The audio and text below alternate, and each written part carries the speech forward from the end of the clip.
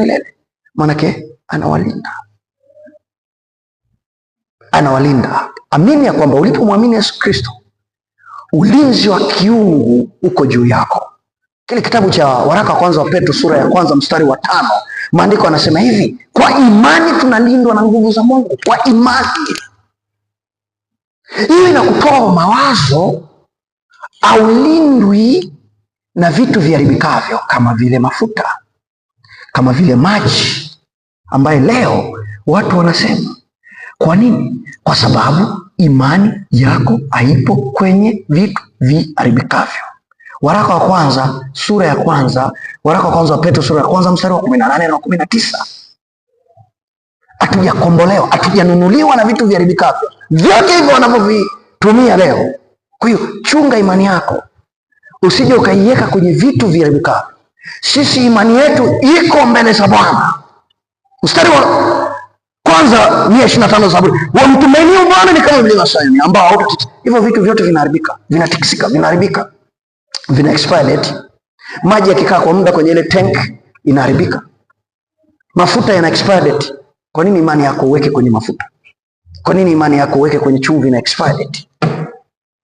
Wewe imani yako unatakiwa uweke kwa Kristo. Ukiweka kwa Kristo, immediately nguvu za Mungu zinakulinda.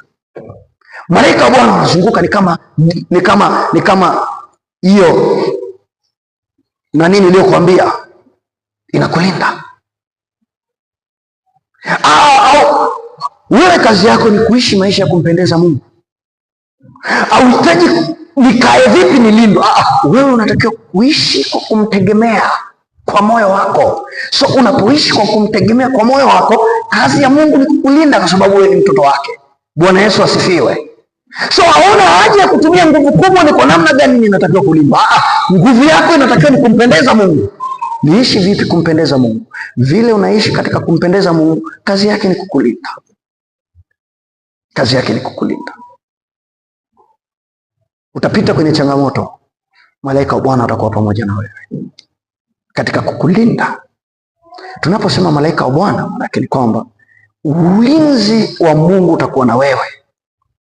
Na ndio Zaburi 91:2 inasema, yeye ndio kimbilio langu na ngome yangu. Kwa nini? Ngome, kimbilio. Usikimbilie vitu vinavyoharibika. Unapoona watu wanakimbilia hivyo, usikimbilie. Anasema yeye, neno yeye maana yake Bwana. Wakati watu wanapoteza muda wao kukimbilia hivyo vitu, wewe mkimbilie Bwana. Bwana Yesu asifiwe. Sijui kama kuna mtu ananielewa. Sijui kama unanielewa ninavyozungumza namna hivyo. Unaweza ukanyosha mkono wako kama unanielewa.